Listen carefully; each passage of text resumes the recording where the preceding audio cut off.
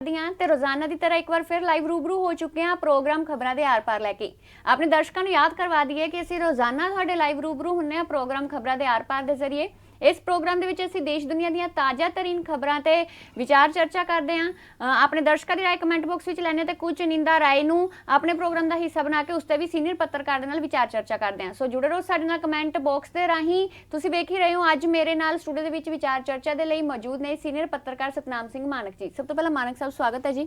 शुक्रिया जी। जी मानक साहब विचार चर्चा की शुरुआत करते हैं। जो लगातार सुरक्षा का केंद्र बनी हुई खबर है, केंद्र ते किसानां विचकार चल रही जंग, लगातार जो खेती कानूनां नूं लैके जंग रुकन दा नाम नहीं लै रही। इस दे विच हुण जो किसानां दे वल्लों ऐलान किया गया कि 26 ते 27 तरीक नूं हुण दिल्ली कूच की जाएगी, दिल्ली नूं घेरिया जाएगा ते केंद्र सरकार नूं मजबूर किया जाएगा कि खेती कानूनां नूं रद्द किया जाए। अजिहे दे विच क्योंकि असीं सब जानते हैं कि रेल रोको अंदोलन चलिया है, जिस दे विच माल गड्डियां नूं तां किसानां वल्लों इजाजत दे दित्ती गई है पर मुसाफर गड्डियां नूं इजाजत नहीं दी गई। पर जेकर इस दे उल्ट केंद्र सरकार नूं वेखीए तां उन्हां दा कहना है कि जेकर तुसीं मुसाफर गड्डियां भी चलाओगे तां ही असीं माल गड्डियां चलावांगे, नहीं तां ना माल गड्डियां चलणगीਆਂ ते ना ही मुसाफर गड्डियां। किंज वेखदे हो क्योंकि अज एक बैठक भी हो रही है किसान जथेबंदियां दी, की असार नज़र आ रहे ने? परमजीत जी, मैं एक पत्रकार वजों सोचदा कि ਜਿਹੜਾ ਕਿਸਾਨਾਂ ਨੂੰ ਜਿਹੜੀਆਂ ਗੱਡੀਆਂ ਚਲਾਉਣ ਦੀ ਜਿਹੜੀ ਖੁੱਲ੍ਹ ਦੇ ਦੇਣੀ ਚਾਹੀਦੀ ਹੈ, ਕਿਉਂਕਿ ਕੇਂਦਰ ਸਰਕਾਰ ਦੀ ਇਹ ਰਣਨੀਤੀ ਹੈ ਕਿ ਜਿਹੜਾ ਪੰਜਾਬ ਦੇ ਜਿਹੜੇ ਲੋਕ ਆ, ਸਨਅਤਕਾਰ ਆ, ਸ਼ਹਿਰਾਂ ਦੇ ਲੋਕ ਆ, ਵਪਾਰੀ ਆ, ਇਹ ਲੋਕ ਜਿਹੜੇ ਆ ਕਿਸਾਨ ਅੰਦੋਲਨ ਦੇ ਖਿਲਾਫ ਖੜੇ ਹੋ ਜਾਣ। ਕੇਂਦਰ ਸਰਕਾਰ ਕਿਸਾਨਾਂ ਨੇ ਜਿਹੜੀਆਂ ਮੰਗਾਂ ਰੱਖੀਆਂ ਖੇਤੀ ਕਾਨੂੰਨਾਂ ਸੰਬੰਧੀ, ਉਹ ਮੰਨਣ ਦੇ ਰੌ ਵਿੱਚ ਨਹੀਂ ਲੱਗਦੀ। ਅਜੇ ਵੀ ਕੋਈ ਇਸ ਤਰ੍ਹਾਂ ਦਾ ਸੰਕੇਤ ਹੈ ਨਹੀਂ, ਕਿਉਂਕਿ ਕੇਂਦਰ ਸਰਕਾਰ ਦੇ ਮੰਤਰੀ ਇੱਥੋਂ ਤੱਕ ਕਿ ਪ੍ਰਧਾਨ ਮੰਤਰੀ ਅਤੇ ਹੋਰ ਜਿਹੜੇ ਅਧਿਕਾਰੀ ਆ, ਉਹ ਇਹੀ ਜਿਹੜਾ ਗੁਣਗਾਨ ਕਰੀ ਜਾ ਰਹੇ ਆ ਕਿ ਨਵੇਂ ਜਿਹੜੇ ਖੇਤੀ ਕਾਨੂੰਨ ਬਣਾਏ ਆ ਉਹ ਕਿਸਾਨਾਂ ਦੇ ਹਿੱਤ ਵਿੱਚ ਆ ਅਤੇ ਇਹਦੇ ਨਾਲ ਕਿਸਾਨਾਂ ਦੀ ਆਮਦਨ ਦੁੱਗਣੀ ਹੋ ਜਾਏਗੀ।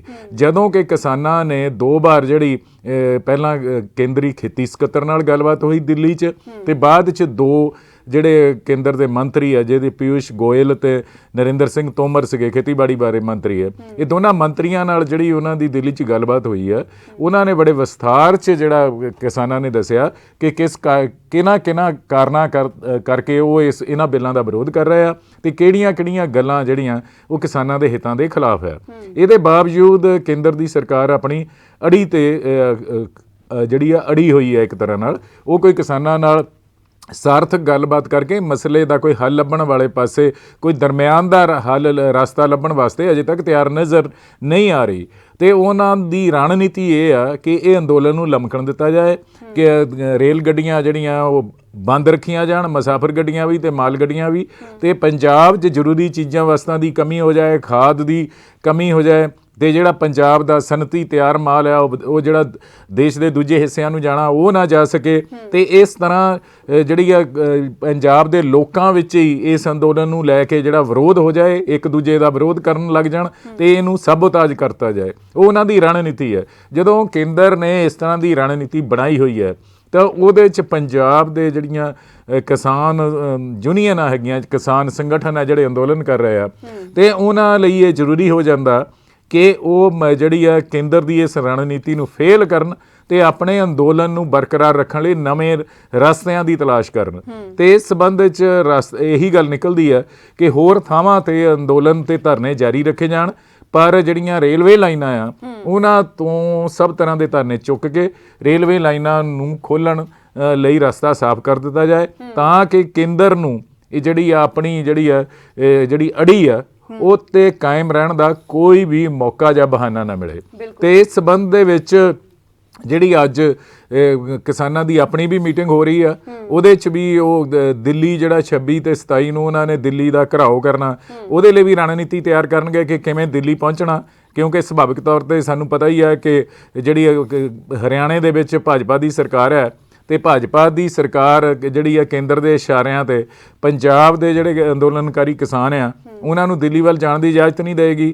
ਅਤੇ ਜਿਹੜੀ ਆ ਬਾਕੀ ਦੂਜੇ ਜਿਹੜੀਆਂ ਰਾਜਸਥਾਨ, ਉੱਤਰ ਪ੍ਰਦੇਸ਼ ਅਤੇ ਜਿਹੜੇ ਹੋਰ ਰਾਜ ਹੈਗੇ ਆ ਦਿੱਲੀ ਦੇ ਆਲੇ ਦੁਆਲੇ ਦੇ, ਹਰਿਆਣੇ ਦੇ ਕਿਸਾਨ ਉਹ ਕਿਸ ਤਰ੍ਹਾਂ ਦਿੱਲੀ ਪਹੁੰਚਦੇ ਆ, ਉਹ ਦੇਖਣ ਵਾਲੀ ਗੱਲ ਹੋਏਗੀ। 26-27 ਨੂੰ ਹੀ ਪਤਾ ਲੱਗੇਗਾ। ਅਤੇ ਇਸ ਸੰਬੰਧ 'ਚ ਜਿਹੜਾ ਕਿਸਾਨ ਆਪਣੀ ਰਣਨੀਤੀ ਬਣਾਉਣਗੇ ਕਿ ਉਹਨਾਂ ਨੇ ਦਿੱਲੀ ਕਿਵੇਂ ਪਹੁੰਚਣਾ। ਦੂਜੀ ਗੱਲ ਇਹ ਆ ਕਿ ਇਸ ਬਾਰੇ ਵੀ ਉਹ ਵਿਚਾਰ ਚਰਚਾ ਕਰਨਗੇ ਕਿ ਜਿਹੜੀਆਂ ਰੇਲਵੇ ਗੱਡੀਆਂ ਹੈਗੀਆਂ ਉਹਦੀ ਆਵਾਜਾਈ ਖੋਲ੍ਹਣ ਲਈ ਉਹਨਾਂ ਨੇ ਕੀ ਰੁਖ ਅਖਤਿਆਰ ਕਰਨਾ, ਕਿਉਂਕਿ ਕੁਝ ਦਿਨ ਪਹਿਲਾਂ ਜਿਹੜੀ ਚੰਡੀਗੜ੍ਹ 'ਚ ਮੀਟਿੰਗ ਹੋਈ ਸੀ ਉਹਦੇ 'ਚ ਕਿਸਾਨ ਯੂਨੀਅਨਾਂ ਦੇ ਵਿੱਚ ਸਹਿਮਤੀ ਨਹੀਂ ਬਣ ਸਕੀ ਸੀ ਕਿ ਜਿਹੜੀਆਂ ਰੇਲ ਗੱਡੀਆਂ ਦੀ ਆਵਾਜਾਈ ਸਭ ਤਰ੍ਹਾਂ ਦੀਆਂ ਗੱਡੀਆਂ ਦੀ ਆਵਾਜਾਈ ਖੋਲ੍ਹ ਦਿੱਤੀ ਜਾਏ, ਉਹਦੇ ਬਾਰੇ ਸਹਿਮਤੀ ਨਹੀਂ ਬਣੀ ਸੀ। ਤੇ ਅੱਜ ਇਹ ਤੋਂ ਆਪਣੀ ਮੀਟਿੰਗ ਕਰਨ ਤੋਂ ਬਾਅਦ ਉਹਨਾਂ ਨੇ ਮੁੱਖ ਮੰਤਰੀ ਨਾਲ ਵੀ ਮੀਟਿੰਗ ਕਰਨੀ ਹੈ ਤੇ ਆਸ ਕੀਤੀ ਜਾਣੀ ਚਾਹੀਦੀ ਹੈ ਕੋਈ ਨਾ ਕੋਈ ਰਸਤਾ ਜਿਹੜਾ ਰੇਲ ਗੱਡੀਆਂ ਚਲਾਉਣ ਲਈ ਖੁੱਲ੍ਹ ਜਾਏਗਾ। ਇਸ ਤੋਂ ਇਲਾਵਾ ਮੁੱਖ ਮੰਤਰੀ ਨੇ ਕੱਲ੍ਹ ਐਲਾਨ ਕੀਤਾ ਸੀ ਕਿ ਉਹ ਪੰਜਾਬ ਦੇ ਕਿਸਾਨਾਂ ਨੂੰ ਵਿਸ਼ਵਾਸ 'ਚ ਲੈ ਕੇ ਜਿਹੜੀ ਉਹ ਕੇਂਦਰ ਸਰਕਾਰ ਨਾਲ ਗੱਲਬਾਤ ਕਰਨਗੇ, ਪ੍ਰਧਾਨ ਮੰਤਰੀ ਨੂੰ, ਗ੍ਰਹਿ ਮੰਤਰੀ ਨੂੰ ਮਿਲਣਗੇ ਤੇ ਉਹ ਜਿਹੜੇ ਆਪਣੇ ਵੱਲੋਂ ਜ਼ੋਰ ਪਾਉਣਗੇ ਕਿ ਕਿਸਾਨਾਂ ਨਾਲ ਗੱਲਬਾਤ ਕਰਕੇ ਇਸ ਮਸਲੇ ਦਾ ਹੱਲ ਕੱਢਿਆ ਜਾਏ, ਕਿਉਂਕਿ ਪੰਜਾਬ ਦਾ ਜਿਹੜਾ ਉਹ ਆਰਥਿਕ ਤੌਰ 'ਤੇ ਕਾਫੀ ਨੁਕਸਾਨ ਹੋ ਰਿਹਾ ਤੇ ਕੇਂਦਰ ਸਰਕਾਰ ਦਾ ਵੀ ਹੋ ਰਿਹਾ। ਟੋਲ ਪਲਾਜ਼ਿਆਂ 'ਤੇ ਜਿਹੜੀ ਆ ਬਿਨਾਂ ਜਿਹੜੀ ਫੀਸ ਦਿੱਤਿਆਂ ਵਾਹਨ ਜਾ ਰਹੇ ਆ, ਬਾਕੀ ਰੇਲਵੇ ਦਾ ਵੀ ਕਰੋੜਾਂ ਰੁਪਏ ਦਾ ਨੁਕਸਾਨ ਹੋਇਆ। ਕੇਂਦਰ ਨੂੰ ਆਪਣੀ ਅੜੀ ਛੱਡ ਕੇ ਜਿਹੜਾ ਇਸ ਮਸਲੇ ਦਾ ਗੱਲਬਾਤ ਰਾਹੀਂ ਸਨਮਾਨਜਨਕ ਜਿਹੜਾ ਹੱਲ ਲੱਭਣਾ ਚਾਹੀਦਾ। ਜੀ ਬਿਲਕੁਲ ਮਾਨਕ ਸਾਹਿਬ, ਸੋ ਲਗਾਤਾਰ ਕਿਹਾ ਜਾ ਰਿਹਾ ਹੈ ਕਿ ਇਸ ਮਸਲੇ ਦਾ ਜਲਦ ਤੋਂ ਜਲਦ ਗੱਲਬਾਤ ਨਾਲ ਹੱਲ ਕਰਨਾ ਚਾਹੀਦਾ ਹੈ। ਉੱਥੇ ਕਿਸਾਨਾਂ ਵੱਲੋਂ ਵੀ ਹੁਣ ਤਿਆਰੀ ਖਿੱਚ ਲਈ ਗਈ ਹੈ ਕਿ ਕਿਸਾਨਾਂ ਦਾ ਕਹਿਣਾ ਹੈ ਕਿ ਉਹ ਦਿੱਲੀ ਦੇ ਵਿੱਚ ਧਰਨੇ ਲਗਾਉਣਗੇ ਤੇ ਉਹ ਆਪਣੇ ਨਾਲ 3 ਤੋਂ 4 ਮਹੀਨੇ ਦਾ ਰਾਸ਼ਨ ਲੈ ਕੇ ਵੀ ਜਾ ਰਹੇ ਨੇ। ਉਹਨਾਂ ਦਾ ਕਹਿਣਾ ਹੈ ਕਿ ਜਿੱਥੇ ਵੀ ਉਹਨਾਂ ਨੂੰ ਰੋਕਿਆ ਗਿਆ ਉੱਥੇ ਹੀ ਪੱਕੇ ਧਰਨੇ ਲਗਾ ਕੇ ਬੈਠ ਜਾਣਗੇ ਤੇ ਉਦੋਂ ਤੱਕ ਨਹੀਂ ਉੱਠਣਗੇ ਜਦੋਂ ਤੱਕ ਕੇਂਦਰ ਸਰਕਾਰ ਉਹਨਾਂ ਦੀ ਮੰਗ ਨਹੀਂ ਮੰਨਦੀ। ਹੁਣ ਜੇਕਰ ਅਸੀਂ ਇਸ ਵੇਲੇ ਦੇਖੀਏ ਤਾਂ ਜੋ ਕੇਂਦਰ ਸਰਕਾਰ ਦਾ ਇਹ ਫੈਸਲਾ ਹੈ, ਇਸ ਨੇ ਭਾਜਪਾ ਦਾ ਜੋ ਅਕਸ ਹੈ ਪੰਜਾਬ ਦੇ ਵਿੱਚ ਬੁਰੀ ਤਰ੍ਹਾਂ ਪ੍ਰਭਾਵਿਤ ਕੀਤਾ ਹੈ। ਭਾਜਪਾ ਦੇ ਅਕਸ ਨੂੰ ਪੂਰੀ ਹਾਨੀ ਪਹੁੰਚੀ ਹੈ। ਉਸ ਤੋਂ ਬਾਅਦ ਵੀ ਭਾਜਪਾ ਦੇ ਜੋ ਲੀਡਰ ਨੇ, ਨੇਤਾ ਨੇ, ਉਹ ਲਗਾਤਾਰ ਦਾਅਵਾ ਕਰ ਰਹੇ ਨੇ ਕਿ 2022 ਦੀਆਂ ਚੋਣਾਂ ਉਹ ਲੜਨਗੇ, ਕਿਉਂਕਿ ਅਕਾਲੀ ਦਲ ਦੇ ਨਾਲ ਹੁਣ ਗੱਠਜੋੜ ਟੁੱਟ ਚੁੱਕਾ ਹੈ, ਇਸ ਲਈ ਉਹ 117 ਸੀਟਾਂ ਤੇ ਲੜਨਗੇ ਤੇ ਜਿੱਤਣਗੇ ਵੀ। ਇਸੀ ਕੜੀ ਦੇ ਤਹਿਤ ਹੁਣ ਉਹਨਾਂ ਦੇ ਵੱਲੋਂ ਆਪਣੇ ਮੰਡਲ ਜ਼ਿਲ੍ਹਿਆਂ ਦੇ ਵਿੱਚ ਦਫ਼ਤਰ ਖੋਲ੍ਹੇ ਜਾ ਰਹੇ ਨੇ, ਆਪਣੇ ਮੰਡਲਾਂ ਦੇ ਵਿੱਚ ਵਿਸਥਾਰ ਕੀਤਾ ਜਾ ਰਿਹਾ ਹੈ। ਇਸੀ ਦੇ ਵਿੱਚ ਜੋ ਇੱਕ ਨਵਾਂ ਮਾਮਲਾ ਗਰਮਾਉਣ ਲੱਗਾ ਹੈ ਉਹ ਹੈ ਸਸਤੇ ਭਾਅ ਤੇ ਜ਼ਮੀਨਾਂ ਅਲੋਟ ਕਰਨ ਦਾ ਮਾਮਲਾ। ਕਿਹਾ ਜਾ ਰਿਹਾ ਹੈ ਕਿ ਗੱਠਜੋੜ ਦੇ ਟਾਈਮ ਤੇ ਜਦੋਂ ਸਰਕਾਰ ਸੀ ਤੇ ਸਸਤੇ ਭਾਅ ਦੇ ਉੱਪਰ ਜ਼ਮੀਨਾਂ ਦਿੱਤੀਆਂ ਗਈਆਂ ਸੀ, ਹੁਣ ਉਹਨਾਂ ਜ਼ਮੀਨਾਂ ਦੇ ਉੱਪਰ ਭਾਜਪਾ ਆਪਣੇ ਦਫ਼ਤਰਾਂ ਦੀ ਉਸਾਰੀ ਕਰਨ ਜਾ ਰਹੀ ਹੈ। ਕਿੰਜ ਵੇਖਦੇ ਹੋ ਮਾਮਲੇ ਨੂੰ? ਮੈਂ ਪਰਮਜੀਤ ਦੀ ਇਹ ਸਮਝਦਾ ਕਿ ਜਿਹੜੀਆਂ ਰਾਜਨੀਤਿਕ ਪਾਰਟੀਆਂ ਜਿਹੜੀਆਂ ਚਾਹੇ ਕੇਂਦਰ 'ਚ ਭਾਜਪਾ, ਕਾਂਗਰਸ ਹੈ ਜਾਂ ਰਾਜਾਂ ਦੀ ਪੱਧਰ 'ਤੇ ਹੈ, ਰਾਜਨੀਤਿਕ ਪਾਰਟੀਆਂ ਜਦੋਂ ਸੱਤਾ 'ਚ ਹੁੰਦੀਆਂ ਉਹ ਇਹ ਚਾਹੁੰਦੀਆਂ ਆ ਕਿ ਜਿਹੜਾ ਕੋਈ ਵਿਅਕਤੀ ਆ ਜਿਹੜਾ ਉਹ ਕੀ ਖਰੀਦ ਰਿਹਾ, ਕੀ ਵੇਚ ਰਿਹਾ, ਉਹਦਾ ਸਾਰਾ ਸਰਕਾਰ ਨੂੰ ਪਤਾ ਲੱਗਣਾ ਚਾਹੀਦਾ, ਕਿਉਂਕਿ ਉਹਦੇ ਤੇ ਟੈਕਸ ਉਹਨਾਂ ਨੇ ਲਾਣੇ ਹੁੰਦੇ ਆ ਤੇ ਟੈਕਸ ਵਸੂਲਣੇ ਹੁੰਦੇ ਆ, GST ਜਾਂ ਹੋਰ ਤਰ੍ਹਾਂ ਦੇ ਟੈਕਸ ਹੈ। ਪਰ ਜਦੋਂ ਰਾਜਨੀਤਿਕ ਪਾਰਟੀਆਂ ਨੇ ਆਪ ਕੁਝ ਲੈਣ ਦੇਣ ਕਰਨਾ ਹੋਵੇ ਤੇ ਉਹਨਾਂ ਨੂੰ ਪਾਰਦਰਸ਼ਤਾ ਦੀ ਕੋਈ ਪਰਵਾਹ ਨਹੀਂ ਹੁੰਦੀ, ਮੈਰਿਟ ਦੀ ਕੋਈ ਪਰਵਾਹ ਨਹੀਂ ਹੁੰਦੀ। ਹੁਣ ਇਹ ਗੱਲ ਜਿਹੜੀ ਸਾਹਮਣੇ ਆਈ, ਅੱਜ ਅਖਬਾਰਾਂ 'ਚ ਖਬਰ ਛਪੀ ਹੋਈ ਹੈ ਕਿ ਅਕਾਲੀ ਭਾਜਪਾ ਗੱਠਜੋੜ ਸਰਕਾਰ ਸਮੇਂ ਅਕਾਲੀ ਦਲ ਤੇ ਭਾਜਪਾ ਨੇ ਕੌਡੀਆਂ ਦੇ ਭਾਅ ਮਹਿੰਗੀਆਂ ਜ਼ਮੀਨਾਂ ਜਿਹੜੀਆਂ ਵੱਖ-ਵੱਖ ਜ਼ਿਲ੍ਹਿਆਂ 'ਚ ਆਪਣੇ ਦਫ਼ਤਰ ਬਣਾਉਣ ਲਈ ਅਲਾਟ ਕਰਾਈਆਂ। ਉਹ ਜ਼ਮੀਨਾਂ ਜਿਹੜੀਆਂ 25,000 ਵਰਗ ਗਜ ਦੇ ਹਿਸਾਬ ਨਾਲ ਜਿਨ੍ਹਾਂ ਦੀ ਕੀਮਤ ਸੀ ਉਹ 20,000 ਰੁਪਈਏ ਜਾਂ 18,000 ਰੁਪਈਏ, ਉਹ ਮਾਫ ਕਰਨਾ, ਉਹ 2,000 ਰੁਪਈਏ ਜਾਂ 1,800 ਰੁਪਈਏ ਵਰਗ ਗਜ ਦੇ ਹਿਸਾਬ ਨਾਲ ਅਲਾਟ ਕੀਤੀਆਂ ਗਈਆਂ। ਇਹ ਇੱਕ ਬੜਾ ਵੱਡਾ ਸਕੰਡਲ ਹੈ। ਇਸ ਸਕੰਡਲ ਦੀ ਜਾਂਚ ਹੋਣੀ ਚਾਹੀਦੀ ਹੈ। ਜੇ ਹਰਪਾਲ ਸਿੰਘ ਚੀਮਾ ਜਿਹੜਾ ਆਮ ਆਦਮੀ ਪਾਰਟੀ ਦੇ ਲੀਡਰ ਹੈ ਤੇ ਉਹਨਾਂ ਨੇ ਵੀ ਕਿਹਾ ਕਿ ਜੇ ਇਸ ਤਰ੍ਹਾਂ ਦੀ ਕੋਈ ਨੀਤੀ ਬਣੀ ਸੀਗੀ, ਜਿਹੜੇ ਰਾਜਨੀਤਿਕ ਪਾਰਟੀਆਂ ਨੂੰ ਦਫ਼ਤਰਾਂ ਲਈ ਜ਼ਮੀਨ ਸਸਤੇ ਭਾਅ ਅਲਾਟ ਕਰਨ ਦੀ, ਤੇ ਸਾਰੀਆਂ ਜਿਹੜੀਆਂ ਮਾਨਤਾ ਪ੍ਰਾਪਤ ਪਾਰਟੀਆਂ ਸਾਰੀਆਂ ਨੂੰ ਦਫ਼ਤਰ ਅਲਾਟ ਕਰਕੇ ਦੇਣੇ ਚਾਹੀਦੇ ਸੀ। ਤੇ ਇਹਦੇ ਸੱਤਾਧਾਰੀ ਪਾਰਟੀਆਂ ਜਿਹੜੀਆਂ ਉਸ ਵੇਲੇ ਗੱਠਜੋੜ 'ਚ ਸੀਗੀਆਂ, ਅਕਾਲੀ ਦਲ ਤੇ ਭਾਜਪਾ, ਇਹਨਾਂ ਦੋਨਾਂ ਨੇ ਜਿਹੜਾ ਉਹ ਜਿੱਦਾਂ ਇੱਕ ਪੰਜਾਬੀ ਦੀ ਕਹਾਵਤ ਹੈ, ਚੋਰਾਂ ਦਾ ਮਾਲ ਲਾਠੀਆਂ ਦੇ ਗਾਜ, ਇਸ ਹਿਸਾਬ ਨਾਲ ਮਹਿੰਗੀਆਂ ਜ਼ਮੀਨਾਂ ਜਿਹੜੀਆਂ ਕੌਡੀਆਂ ਦੇ ਭਾਅ ਇਹਨਾਂ ਨੇ ਅਲਾਟ ਕਰਾਈਆਂ। ਇਸ ਸਕੰਡਲ ਦੀ ਜਿਹੜੀ ਕੈਪਟਨ ਅਮਰਿੰਦਰ ਸਿੰਘ ਨੂੰ ਜਾਂਚ ਕਰਾਉਣੀ ਚਾਹੀਦੀ ਹੈ। ਤੇ ਜੇ ਜ਼ਮੀਨ ਅਲਾਟ ਕਰਨੀ ਹੈ ਜਿਹੜੀ ਸਸਤੇ ਭਾਅ ਤੇ ਉਹ ਸਾਰੀਆਂ ਮਾਨਤਾ ਪ੍ਰਾਪਤ ਰਾਜਨੀਤਿਕ ਪਾਰਟੀਆਂ ਨੂੰ ਦਿੱਤੀ ਜਾਣੀ ਚਾਹੀਦੀ ਹੈ। ਇਸ ਤੋਂ ਇਲਾਵਾ ਜਿਹੜੀਆਂ ਲੇਖਕ ਜਥੇਬੰਦੀਆਂ ਦਹਾਕਿਆਂ ਤੋਂ ਆਪਣਾ ਦਫ਼ਤਰ ਬਣਾਉਣ ਲਈ ਜਿਹੜੀ ਕੇਂਦਰੀ ਲੇਖਕ ਸਭਾ ਸੰਘਰਸ਼ ਕਰਦੀ ਆ ਰਹੀ ਹੈ, ਅਜੇ ਤੱਕ ਉਹਨਾਂ ਨੂੰ ਜ਼ਮੀਨ ਨਹੀਂ ਮਿਲੀ, ਕਈ ਵਾਰ ਅਲਾਟ ਹੋ ਕੇ ਵੀ ਜ਼ਮੀਨ ਰੱਦ ਹੁੰਦੀ ਰਹੀ ਹੈ। ਤੇ ਜਿਹੜੀਆਂ ਇਸ ਤਰ੍ਹਾਂ ਦੀਆਂ ਪੰਜਾਬੀ ਜ਼ਬਾਨ, ਸੱਭਿਆਚਾਰ ਤੇ ਸਾਹਿਤ ਦੇ ਪ੍ਰਚਾਰ ਪ੍ਰਸਾਰ ਲਈ ਕੰਮ ਕਰ ਰਹੀਆਂ ਜਥੇਬੰਦੀਆਂ ਪੰਜਾਬ ਪੱਧਰ ਤੇ ਪਿਛਲੇ ਦਹਾਕਿਆਂ ਤੋਂ ਕੰਮ ਕਰਦੀਆਂ ਆ ਰਹੀਆਂ, ਉਹਨਾਂ ਨੂੰ ਵੀ ਫਿਰ ਇਸੇ ਤਰ੍ਹਾਂ ਸਸਤੇ ਭਾਅ ਤੇ ਜ਼ਮੀਨਾਂ ਅਲਾਟ ਹੋਣੀਆਂ ਚਾਹੀਦੀਆਂ। ਬਿਲਕੁਲ ਮਾਨਕ ਸਾਹਿਬ, ਇਸੇ ਦੇ ਵਿੱਚ ਅਗਲੀ ਖਬਰ ਜੋ ਸੁਰਖੀਆਂ ਦਾ ਕੇਂਦਰ ਬਣੀ ਹੈ ਉਹ ਹੈ ਕਿ ਕਾਂਗਰਸ ਦੇ ਵੱਲੋਂ 3 ਕਮੇਟੀਆਂ ਦਾ ਗਠਨ ਕੀਤਾ ਗਿਆ। ਜੇਕਰ ਅਸੀਂ ਕੇਂਦਰ ਦੀ ਰਾਜਨੀਤੀ ਨੂੰ ਵੇਖੀਏ ਤੇ ਹਮੇਸ਼ਾ ਇੰਜ ਰਿਹਾ ਹੈ ਕਿ ਭਾਜਪਾ ਜਦੋਂ ਸੱਤਾ ਦੇ ਵਿੱਚ ਹੁੰਦੀ ਹੈ ਤੇ ਉਸ ਦਾ ਬਦਲ ਫਿਰ ਦੂਸਰੀ ਵਾਰ ਕਾਂਗਰਸ ਹੋ ਜਾਂਦੀ ਹੈ। ਜਦੋਂ ਕਾਂਗਰਸ ਸੱਤਾ ਵਿੱਚ ਆਉਂਦੀ ਹੈ ਤੇ ਉਸ ਤੋਂ ਅਗਲੀ ਵਾਰ ਫਿਰ ਉਸ ਦਾ ਬਦਲ ਜੋ ਭਾਜਪਾ ਹੋ ਜਾਂਦੀ ਹੈ। ਪਰ ਜੇਕਰ ਅੱਜ ਕਾਂਗਰਸ ਦੇ ਹਾਲਾਤ ਵੇਖੇ ਜਾਣ ਤੇ ਹੁਣ ਭਾਜਪਾ ਦਾ ਬਦਲ ਕਾਂਗਰਸ ਨਜ਼ਰ ਨਹੀਂ ਆਉਂਦਾ। ਇਹ ਦੋਸ਼ ਲਗਾਏ ਵੀ ਜਾ ਰਹੇ ਨੇ ਤੇ ਲੋਕ ਕਿਤੇ ਨਾ ਕਿਤੇ ਮਹਿਸੂਸ ਵੀ ਕਰ ਰਹੇ ਨੇ। ਇਸੇ ਦੇ ਵਿੱਚ ਜੇਕਰ ਅਸੀਂ ਕਾਂਗਰਸ ਦੀ ਲੀਡਰਸ਼ਿਪ ਨੂੰ ਵੇਖੀਏ ਤਾਂ ਇਹਨਾਂ ਦੇ ਅੰਦਰੂਨੀ ਮਸਲੇ ਵੀ ਅਜਿਹੇ ਨੇ ਕਿ ਵਿਰੋਧ ਇਹਨਾਂ ਦੇ ਅੰਦਰੋਂ ਅੰਦਰ ਵੀ ਚੱਲ ਰਿਹਾ। ਕਾਂਗਰਸ ਹੈ ਜੋ ਅੰਦਰੂਨੀ ਹਮਲਿਆਂ ਦੇ ਵਿੱਚੋਂ ਤੇ ਬਾਹਰੀ ਹਮਲਿਆਂ ਦੇ ਵਿੱਚੋਂ ਚਾਹੇ ਉਹ ਵਿਰੋਧੀਆਂ ਦੇ ਹੋਣ ਲਗਾਤਾਰ ਘਿਰਦੀ ਹੋਈ ਨਜ਼ਰ ਆ ਰਹੀ ਹੈ। ਇਸ ਵਿੱਚ ਸੋਨੀਆ ਗਾਂਧੀ ਹੋਰਾਂ ਦੇ ਵੱਲੋਂ 3 ਕਮੇਟੀਆਂ ਦਾ ਗਠਨ ਕੀਤਾ ਗਿਆ ਹੈ। ਕਿਸ ਮਕਸਦ ਦੇ ਨਾਲ ਕੀਤਾ ਗਿਆ ਹੈ? ਇਸ ਦੇ ਨਾਲ ਕਾਂਗਰਸ ਨੂੰ ਕੀ ਮਜ਼ਬੂਤੀ ਮਿਲ ਸਕਦੀ ਹੈ? ਦੇਖੋ ਪਰਮਜੀਤ ਜੀ, ਗੱਲ ਇਹ ਹੈ ਕਿ ਜਿਸ ਤਰ੍ਹਾਂ ਤੁਸੀਂ ਕਿਹਾ ਕਿ ਕਾਂਗਰਸ ਦੇਸ਼ ਦੀ ਸਭ ਤੋਂ ਵੱਡੀ ਪੁਰਾਣੀ ਪਾਰਟੀ ਹੈ, ਦੇਸ਼ ਦੀ ਆਜ਼ਾਦੀ ਦੇ ਸੰਘਰਸ਼ ਵਿੱਚ ਵੀ ਇਹਦਾ ਵੱਡਾ ਰੋਲ ਰਿਹਾ ਤੇ ਦਹਾਕਿਆਂ ਤੱਕ ਇਹਨੇ ਦੇਸ਼ ਦੇ ਉੱਪਰ ਰਾਜ ਵੀ ਕੀਤਾ। ਪਰ ਅੱਜ ਇਹਦੀ ਸਥਿਤੀ ਇਹ ਬਣੀ ਹੋਈ ਹੈ ਕਿ ਇਹ ਦਿਨੋਂ ਦਿਨ ਕਮਜ਼ੋਰ ਹੁੰਦੀ ਜਾ ਰਹੀ ਹੈ। ਬਿਹਾਰ ਦੀਆਂ ਚੋਣਾਂ ਦੇ ਹੁਣੇ ਨਤੀਜੇ ਸਾਹਮਣੇ ਆਇਆ, ਉੱਥੇ ਇਹਨੇ 70 ਸੀਟਾਂ ਲੜੀਆਂ ਤੇ 70 ਸੀਟਾਂ ਚੋਂ 19 ਸੀਟਾਂ ਲੜੀਆਂ ਤੇ 70 ਸੀਟਾਂ ਲੜਨ ਲਈ ਇਹਨਾਂ ਨੇ 70 ਰੈਲੀਆਂ ਵੀ ਨਹੀਂ ਕੀਤੀਆਂ। ਤੇ ਰਾਹੁਲ ਗਾਂਧੀ 1-2 ਦਿਨ ਲਈ ਉੱਥੇ ਗਏ ਤੇ ਮੁੜ ਕੇ ਆ ਗਏ ਤੇ ਆ ਕੇ ਸ਼ਿਮਲੇ ਬੈਠ ਗਏ ਤੇ ਉੱਥੇ ਜਿਹੜੇ ਸਥਾਨਕ ਆਗੂ ਸੀ ਉਹਨਾਂ ਉੱਪਰ ਹੀ ਚੋਣਾਂ ਲੜਨ ਦਾ ਸਾਰਾ ਕੰਮਕਾਜ ਉਹਦੇ ਉੱਪਰ ਹੀ ਛੱਡ ਦਿੱਤਾ ਗਿਆ। ਤੇ ਉਹਦੇ ਨਾਲ ਹੀ ਜਿਹੜਾ ਗਠਬੰਧਨ ਹੈ, ਜਿਹੜਾ ਤੇਜਸਵੀ ਯਾਦਵ ਦੀ ਅਗਵਾਈ ਵਾਲਾ, ਜੇ ਕਾਂਗਰਸ ਨੇ 10 ਸੀਟਾਂ ਵੀ ਹੋਰ ਜਿੱਤੀਆਂ ਹੋਣੀਆਂ ਤੇ ਅੱਜ ਉੱਥੇ ਬਿਹਾਰ 'ਚ ਤੇਜਸਵੀ ਯਾਦਵ ਦੀ ਅਗਵਾਈ 'ਚ ਗਠਬੰਧਨ ਦੀ ਸਰਕਾਰ ਹੁੰਦੀ, ਕਿਉਂਕਿ ਕਾਂਗਰਸ ਨੇ ਸੀਟਾਂ ਤਾਂ ਅੜ ਕੇ 70 ਲੈ ਲਈਆਂ ਤੇ ਚੋਣ ਮੁਹਿੰਮ ਉਹਦੇ ਲਈ ਚਲਾਈ ਕੋਈ ਨਹੀਂ। ਤੇ ਇਹਦੇ ਕਰਕੇ ਜਿਹੜਾ ਉੱਤੇ ਅੱਜ ਉੱਥੇ ਭਾਜਪਾ ਨੂੰ ਜਿਹੜਾ ਉਹ 0.03 ਦੀ ਥੋੜ੍ਹੀ ਜਿਹੀ बढ़त ਨਾਲ ਜਿਹੜੇ ਉਹ ਸਰਕਾਰ ਬਣਾਉਣ ਦਾ ਮੌਕਾ ਮਿਲ ਗਿਆ। ਕੁਝ ਲਗਭਗ 12,000 ਵੋਟਾਂ ਦਾ ਹੀ ਫਰਕ ਹੈ ਦੋਨਾਂ ਜਿਹੜੇ ਗੱਠ ਜੋੜਿਆ ਤੇ 12,000 ਵੋਟਾਂ ਵੱਧ ਲੈ ਕੇ ਉੱਥੇ ਅੱਜ ਨਿਤਿਸ਼ ਮੁੱਖ ਮੰਤਰੀ ਬਣ ਕੇ ਬੈਠ ਗਏ ਤੇ ਜਿਹੜੀ ਗਠਬੰਧਨ ਹੈ ਉਹ ਆਪੋਜੀਸ਼ਨ ਵਿਰੋਧੀ ਧਿਰ ਵਿੱਚ ਰਹਿ ਗਿਆ। ਇਹਦੇ ਲਈ ਮੁੱਖ ਕਾਰਨ ਇਹ ਆ ਕਿ ਉੱਥੇ ਕਿਹਾ ਵੀ ਜਾ ਰਿਹਾ ਕਿ ਕਾਂਗਰਸ ਜਿਹੜੀ ਆ ਉਹ ਜੇ ਰਾਸ਼ਟਰੀ ਜਨਤਾ ਦਲ ਨੂੰ ਵੀ ਲੈ ਡੁੱਬੀ ਹੈ ਤੇ ਆਉਣ ਵਾਲੇ ਸਮੇਂ 'ਚ ਇਹ ਜਿਹੜਾ ਦੂਜੀਆਂ ਖੇਤਰੀ ਪਾਰਟੀਆਂ ਵੀ ਤੇ ਕਾਂਗਰਸ ਨਾਲ ਗੱਠਜੋੜ ਕਰਨ ਤੋਂ ਜਿਹੜੀਆਂ ਹਿਚਕਚਾਉਣਗੀਆਂ। ਇਹ ਬਿਹਾਰ 'ਚ ਵੀ ਇਸ ਤਰ੍ਹਾਂ ਹੋਇਆ ਤੇ ਇਹ ਤੋਂ ਪਹਿਲਾਂ ਉੱਤਰ ਪ੍ਰਦੇਸ਼ 'ਚ ਵੀ ਇਸੇ ਤਰ੍ਹਾਂ ਹੋ ਚੁੱਕਾ। ਜੇ ਅਖਿਲੇਸ਼ ਯਾਦਵ ਨੇ ਪਿਛਲੀਆਂ ਵਿਧਾਨ ਸਭਾ ਚੋਣਾਂ ਦੇ ਸਮੇਂ ਦੂਜੇ ਨਾਲ ਕਾਂਗਰਸ ਨਾਲ ਗੱਠਜੋੜ ਕੀਤਾ ਸੀ ਤੇ ਕਾਂਗਰਸ ਉੱਥੇ ਵੀ ਕੋਈ ਬਹੁਤੀਆਂ ਸੀਟਾਂ ਲੈਣ 'ਚ ਕਾਮਯਾਬ ਨਹੀਂ ਹੋਈ ਸੀਗੀ। ਸੋ ਇਸ ਤਰ੍ਹਾਂ ਦੀਆਂ ਜਿਹੜੀਆਂ ਅਸਫਲਤਾਵਾਂ ਕਾਂਗਰਸ ਦਾ ਜਿਹੜਾ ਢਾਂਚਾ ਕਮਜ਼ੋਰ ਹੋ ਰਿਹਾ, ਇਹਦੀ ਮੰਗ ਉੱਠਦੀ ਆ ਬਾਰ-ਬਾਰ ਕਿ ਕਾਂਗਰਸ ਦੇ ਢਾਂਚੇ ਨੂੰ ਮਜ਼ਬੂਤ ਕੀਤਾ ਜਾਏ। ਕਾਂਗਰਸ ਦੀ ਜਿਹੜੀ ਕੇਂਦਰੀ ਲੀਡਰਸ਼ਿਪ ਆ ਉਹ ਜਿਹੜੀ ਸਰਗਰਮੀ ਨਾਲ ਕੰਮ ਕਰੇ।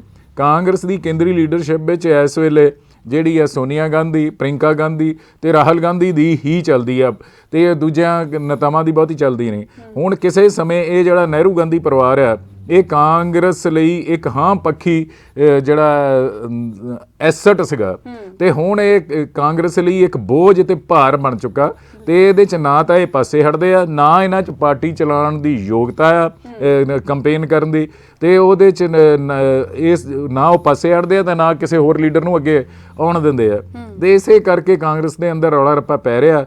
ਪਰ ਸੋਨੀਆ ਗਾਂਧੀ ਨੇ ਇਸ ਸਾਰੇ ਮੁੱਦੇ ਤੋਂ ਧਿਆਨ ਲਾਂਭੇ ਕਰਨ ਲਈ ਜਿਹੜੀ ਆ ਵਿਦੇਸ਼ੀ ਮਾਮਲਿਆਂ ਬਾਰੇ, ਆਰਥਿਕਤਾ ਬਾਰੇ ਤੇ ਕੌਮੀ ਸੁਰੱਖਿਆ ਬਾਰੇ 3 ਕਮੇਟੀਆਂ ਬਣਾਤੀਆਂ।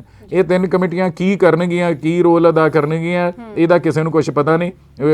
ਇੱਕ ਕਿਸਮ ਦਾ ਧਿਆਨ ਅਸਲ ਮੁੱਦੇ ਤੋਂ ਜਿਹੜਾ ਕਾਂਗਰਸ ਦਾ ਜਥੇਬੰਦਕ ਢਾਂਚਾ ਮਜ਼ਬੂਤ ਹੋ ਰਿਹਾ, ਕੇਂਦਰੀ ਲੀਡਰਸ਼ਿਪ ਜਿਹੜੀ ਆ ਕਾਂਗਰਸ ਨੂੰ ਭਾਜਪਾ ਦਾ ਸਾਹਮਣਾ ਕਰਨ ਲਈ ਵੱਖ-ਵੱਖ ਚੋਣਾਂ 'ਚ ਉਹ ਤਿਆਰ ਨਹੀਂ ਕਰ ਪਾ ਰਹੀ। ਇਹਦੇ ਬਾਰੇ ਤਾਂ ਕੁਝ ਕੀਤਾ ਨਹੀਂ ਗਿਆ। ਨਾ ਹੀ ਜਿਹੜੀਆਂ ਅੱਜ ਤੱਕ ਲੋਕ ਸਭਾ ਦੀਆਂ ਚੋਣਾਂ 'ਚ ਕਾਂਗਰਸ ਦੀ ਹਾਰ ਹੋਈ ਸੀ 2019 'ਚ, ਨਾ ਤਾਂ ਉਹਦੀ ਪਰਖ ਪੜਚੋਲ ਕਰਨ ਲਈ ਕੋਈ ਮੀਟਿੰਗ ਬੁਲਾਈ ਗਈ ਤੇ ਨਾ ਹੀ ਬਿਹਾਰ ਦੀਆਂ ਚੋਣਾਂ ਤੇ ਜਿਹੜੀ ਕਾਂਗਰਸ ਦੀ ਹਾਰ ਹੋਈ ਹੈ ਇਹਦੀ ਸਮੀਖਿਆ ਕਰਨ ਲਈ ਕੋਈ ਮੀਟਿੰਗ ਬੁਲਾਈ ਗਈ ਹੈ।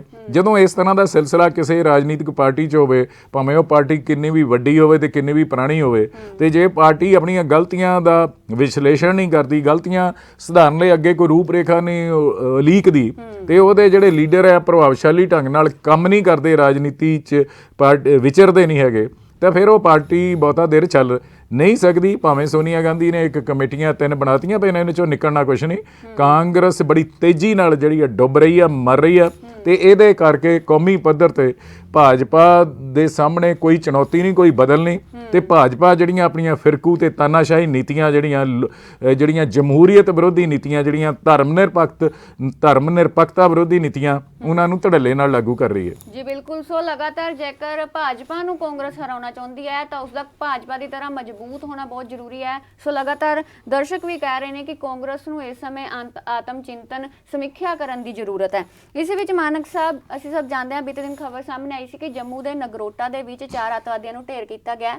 ਜੋ ਇਹ ਅੱਤਵਾਦੀ ਆ ਰਹੇ ਸੀ, ਇਹਨਾਂ ਦੀ ਜੋ ਵੱਡਾ ਪਲਾਨ ਸੀ ਭਾਰਤ ਨੂੰ ਦਹਿਲਾਉਣ ਦਾ, ਤੇ ਉੱਥੇ ਹੀ ਇਸ ਘਟਨਾ ਤੋਂ ਬਾਅਦ ਪ੍ਰਧਾਨ ਮੰਤਰੀ ਮੋਦੀ ਦੀ ਅਗਵਾਈ ਦੇ ਵਿੱਚ ਇੱਕ ਸੁਰੱਖਿਆ ਬੈਠਕ ਹੋਈ ਹੈ। ਕੀ ਕਹਿਣਾ ਚਾਹੋਗੇ? ਪਰਮਜੀਤ ਜੀ, ਇਹ ਗੱਲ ਤਾਂ ਬੜੀ ਸਪਸ਼ਟ ਹੈ ਕਿ ਅਜੇ ਵੀ ਪਾਕਿਸਤਾਨ ਦੀ ਧਰਤੀ ਤੋਂ ਭਾਰਤ ਦੇ ਖਿਲਾਫ ਕੁਝ ਤਨਜ਼ੀਮਾਂ ਕੰਮ ਕਰ ਰਹੀਆਂ, ਅੱਤਵਾਦੀ ਤਨਜ਼ੀਮਾਂ ਕੰਮ ਕਰ ਰਹੀਆਂ। ਉਹ ਕੋਈ ਨਾ ਕੋਈ ਮੌਕਾ ਭਾਲਦੀਆਂ ਰਹਿੰਦੀਆਂ ਕਿ ਜਿਹੜੇ ਅੱਤਵਾਦੀਆਂ ਨੂੰ ਜਿਹੜਾ ਭਾਰਤ ਦੇ ਇਲਾਕੇ ਵਿੱਚ ਉਹਨਾਂ ਦੀ ਘੁਸਪੈਠ ਕਰਵਾ ਕੇ ਜਿਹੜਾ ਉੱਥੇ ਕੋਈ ਨਾ ਕੋਈ ਹਿੰਸਾ ਕਰਵਾਈ ਜਾਏ। ਤੇ ਇਸ ਤਰ੍ਹਾਂ ਦੀ ਜਿਹੜੀ ਉਹ ਲਗਾਤਾਰ ਕੋਸ਼ਿਸ਼ ਉਹਨਾਂ ਵੱਲੋਂ ਹੁੰਦੀ ਰਹਿੰਦੀ ਹੈ। ਜਿਸ ਤਰ੍ਹਾਂ ਤੁਸੀਂ ਦੱਸਿਆ, ਪਿਛਲੇ ਦਿਨੀ ਨਗਰੋਟਾ 'ਚ ਇੱਕ ਟਰੱਕ ਜਿਹੜਾ ਫੜਿਆ ਸੀ ਸੁਰੱਖਿਆ ਦਲਾਂ ਨੇ, ਜਿਹਦੇ ਵਿੱਚ ਝੋਨਾ ਲੱਦਿਆ ਹੋਇਆ ਸੀ। ਝੋਨੇ ਦੇ ਵਿੱਚ ਬੋਰੀਆਂ ਦੇ ਵਿੱਚ ਲੋਕੇ ਜਿਹੜੇ ਪਾਕਿਸਤਾਨ ਤੋਂ ਆਏ 4 ਅੱਤਵਾਦੀ ਜਿਹੜੇ ਉਹ ਬੈਠੇ ਸੀਗੇ। ਤੇ ਉਹ ਜਦੋਂ ਸੁਰੱਖਿਆ ਦਲਾਂ ਨੇ ਉਹਦੀ ਤਲਾਸ਼ੀ ਲੈਣ ਦਾ ਯਤਨ ਕੀਤਾ, ਟਰੱਕ ਦਾ ਡਰਾਈਵਰ ਭੱਜ ਗਿਆ ਤੇ ਉਸ ਤੋਂ ਬਾਅਦ ਟਰੱਕ ਦੇ ਅੰਦਰੋਂ ਫਾਇਰਿੰਗ ਹੋਣੀ ਸ਼ੁਰੂ ਹੋ ਗਈ।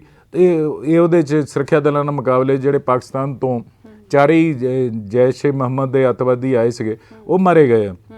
ਸੋ ਇਹ ਜਿਹੜਾ ਸਿਲਸਿਲਾ ਇਹ ਦੱਸਦਾ ਕਿ ਜਿਹੜਾ ਪਾਕਿਸਤਾਨ ਤੋਂ ਦੀ ਧਰਤੀ ਤੋਂ ਅੱਤਵਾਦੀ ਜਿਹੜੇ ਗਰੁੱਪ ਆ, ਜਿਹੜੇ ਪਾਕਿਸਤਾਨ ਦੀ ਸਰਕਾਰ ਦੀ ਸ਼ਹਿ 'ਤੇ ਹੀ ਇਹ ਕੰਮ ਕਰਦੇ ਆ, ਉਹ ਕਿਸੇ ਵੀ ਵੇਲੇ ਕੋਈ ਵੀ ਵੱਡੀ ਘਟਨਾ ਉਹ ਕਰ ਸਕਦੇ ਆ। ਇਹਦੇ ਜੰਮੂ ਕਸ਼ਮੀਰ ਵਿੱਚ ਵੀ ਤੇ ਕੌਮੀ ਪੱਧਰ 'ਤੇ ਵੀ ਜਿਹੜਾ ਦੇਸ਼ ਦੀ ਸੁਰੱਖਿਆ ਲਈ ਜਿਹੜੀਆਂ ਸਾਡੀਆਂ ਸੁਰੱਖਿਆ ਏਜੰਸੀਆਂ ਤੇ ਉਹਨਾਂ ਨੂੰ ਚੁਸਤ ਦਰੁਸਤ ਰਹਿਣਾ ਪਏਗਾ। ਬਿਲਕੁਲ ਮਾਨਕ ਸਾਹਿਬ, ਇਸੇ ਵਿੱਚ ਕੱਲ ਇੱਕ ਹੋਰ ਖਬਰ ਵੱਡੀ ਸਾਹਮਣੇ ਆਈ ਸੀ ਕਿ ਬਠਿੰਡਾ ਦੇ ਭਗਤਾ ਭਾਈਕਾ ਦੇ ਵਿੱਚ ਜੋ ਇੱਕ ਡੇਰਾ ਪ੍ਰੇਮੀ ਦਾ ਕਤਲ ਕਰ ਦਿੱਤਾ ਗਿਆ। ਉਸ ਦੇ ਕਤਲ ਤੋਂ ਬਾਅਦ ਹੁਣ ਇਸ ਦੀ ਜ਼ਿੰਮੇਵਾਰੀ ਇੱਕ ਗੈਂਗਸਟਰ ਗਰੁੱਪ ਦੇ ਵੱਲੋਂ ਲਈ ਗਈ ਹੈ। ਇਸ ਘਟਨਾ ਨੂੰ ਤੁਸੀਂ ਕਿੰਜ ਵੇਖਦੇ ਹੋ? ਪਰਮਜੀਤ, ਮੈਂ ਸਮਝਦਾ ਕਿ ਜਿਹੜਾ ਗੁਰੂ ਗ੍ਰੰਥ ਸਾਹਿਬ ਦੀ ਬੇਅਦਬੀ ਦੀ ਘਟਨਾ ਕੁਝ ਸਾਲ ਪਹਿਲਾਂ ਜਿਹੜੀ ਵਾਪਰੀ ਸੀ ਬਰਗਾੜੀ 'ਚ, ਕੁਝ ਹੋਰ ਥਾਵਾਂ 'ਤੇ ਵੀ ਇਸ ਤਰ੍ਹਾਂ ਦੀਆਂ ਘਟਨਾਵਾਂ ਹੋਈਆਂ ਸੀ। ਇਹ ਬੜੀਆਂ ਮਾੜੀਆਂ ਘਟਨਾਵਾਂ ਸੀ। ਇਹਨਾਂ ਨੇ ਪੰਜਾਬ ਵਿੱਚ ਅਮਨ ਕਾਨੂੰਨ ਦੀ ਸਥਿਤੀ ਵੀ ਵਿਗਾੜੀ ਤੇ ਲੋਕਾਂ ਦਾ ਆਪਸੀ ਭਾਈਚਾਰਾ ਵੀ ਵਿਗਾੜਿਆ।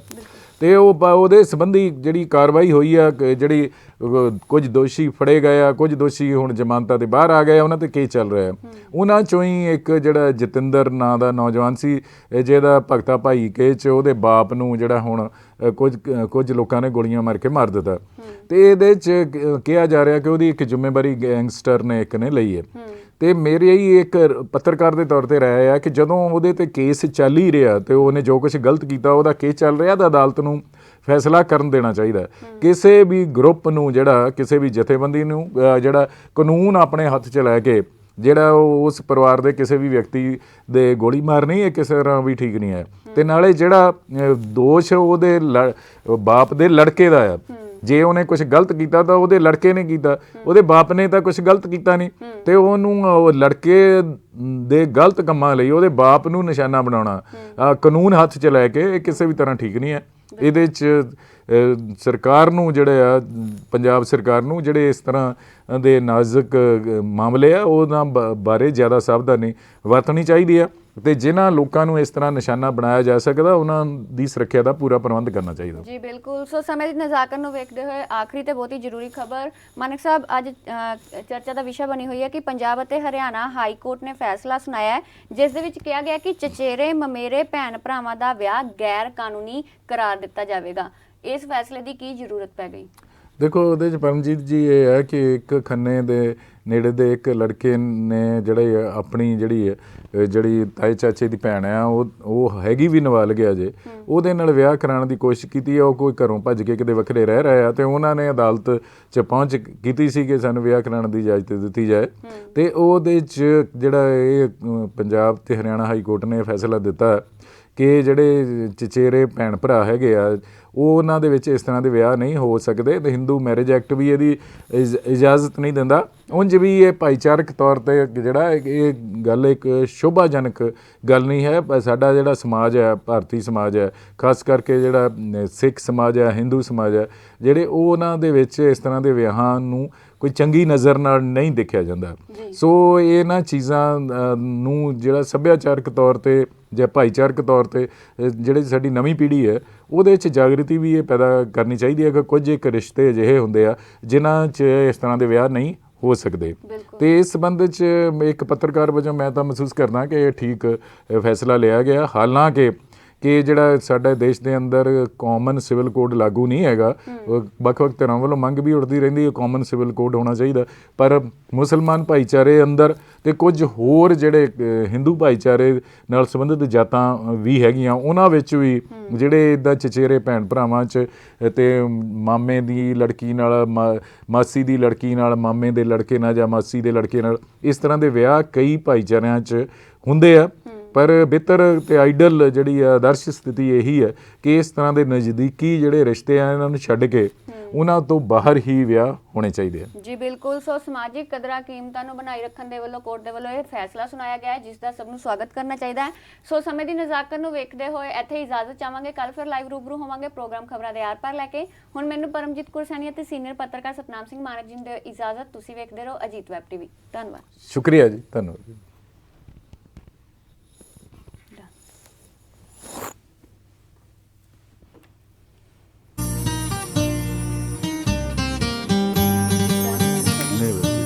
ਇੱਕ ਖਬਰ ਸੀਗੀ ਅੰਦਰ ਹੋਰ ਹੈਗੀ, ਜੰਮੂ ਕਸ਼ਮੀਰ 'ਚ